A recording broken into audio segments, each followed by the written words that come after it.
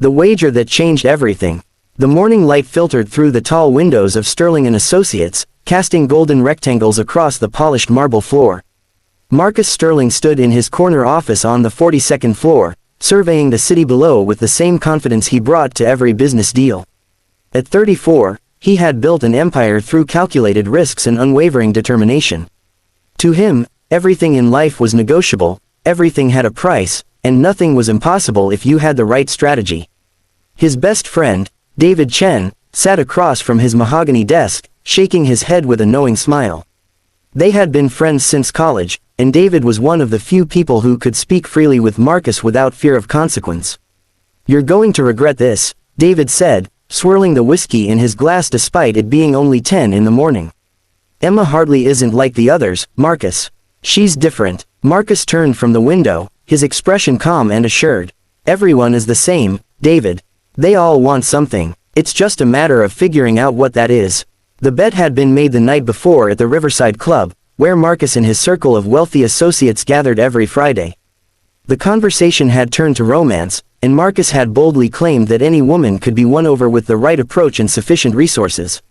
When someone mentioned Emma Hartley, the new legal consultant who had just joined their firm, Marcus had doubled down on his assertion. Emma was different from the women Marcus usually encountered in his world. She drove a 10-year-old sedan, brought her lunch in a worn leather bag, and wore the same 3 suits in rotation.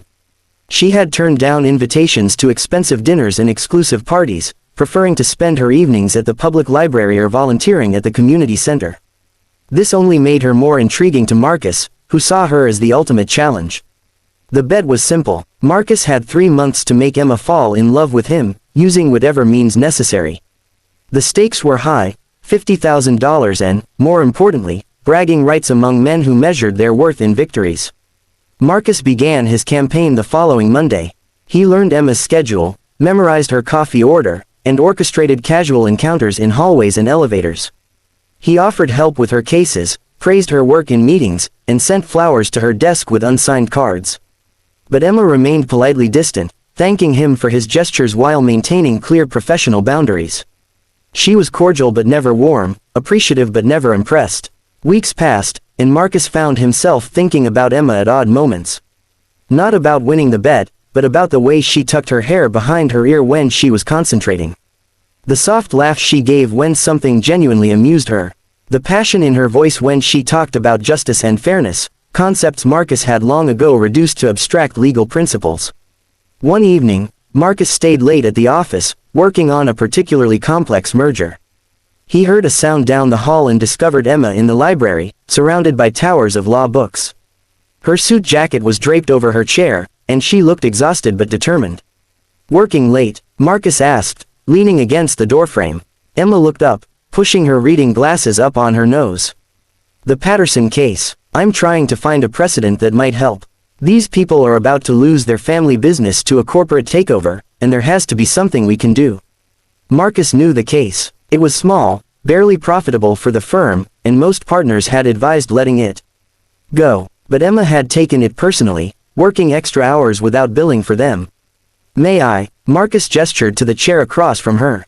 Emma nodded, and for the next 3 hours, they worked together.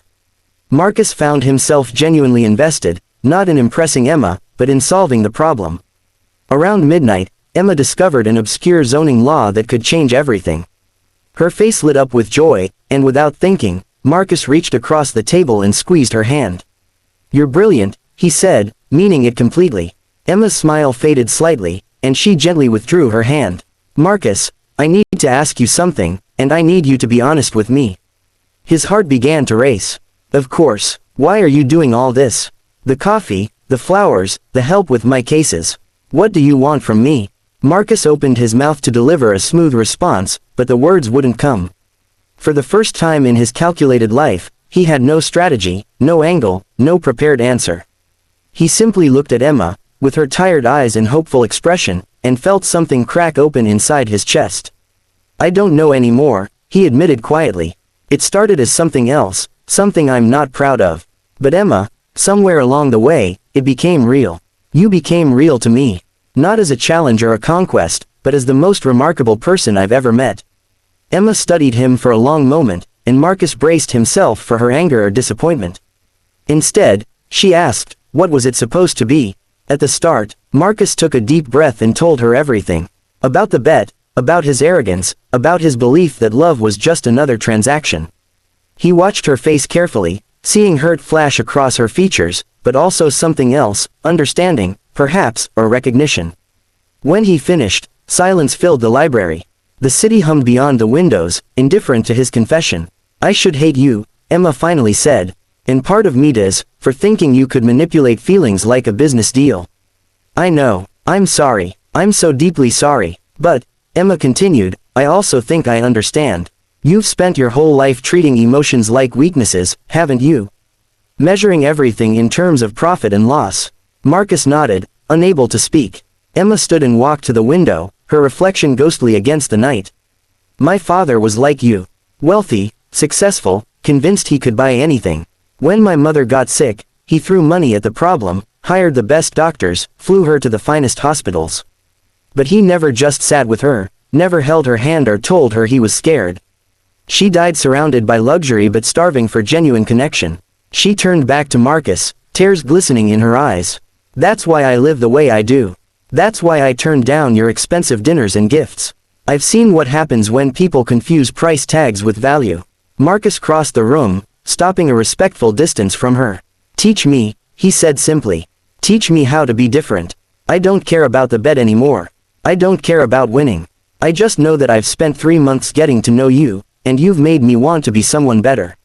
Someone worthy of your time and attention, not your love. I have no right to ask for that, but just your friendship. Your honesty. Emma searched his face, and Marcus let her see everything, his regret, his confusion, his hope, and his fear. It won't be easy, she said. You can't buy your way out of old patterns. Real change takes time and effort and humility.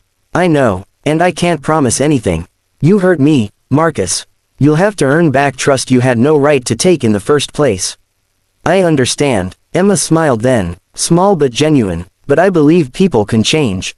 I have to believe that, or what's the point of anything? So here's what we'll do. We'll start over. No games, no strategies, no bets. Just two people getting to know each other honestly. She extended her hand, formal and serious. Hello, my name is Emma Hartley. I'm a lawyer who believes in justice and second chances. Marcus took her hand, feeling the warmth of her skin against his, and smiled back. Marcus Sterling, I'm a man trying to figure out what really matters. They stood there in the quiet library, hands clasped between them, as the city lights twinkled beyond the windows. Marcus had entered this with a bet he thought he could win. Instead, he had lost his old self and discovered something infinitely more valuable, the possibility of becoming someone real. Someone honest. Someone who understood that the best things in life couldn't be bought, only earned through patience, vulnerability, and genuine care. The bet was forgotten. What remained was much more important. A chance at authentic connection, built not on manipulation or wealth, but on mutual respect and the courage to be truly seen. And as Emma smiled at him in the dim light of that late-night library, Marcus realized he had finally won something that mattered, even if it looked nothing like the victory he had originally imagined.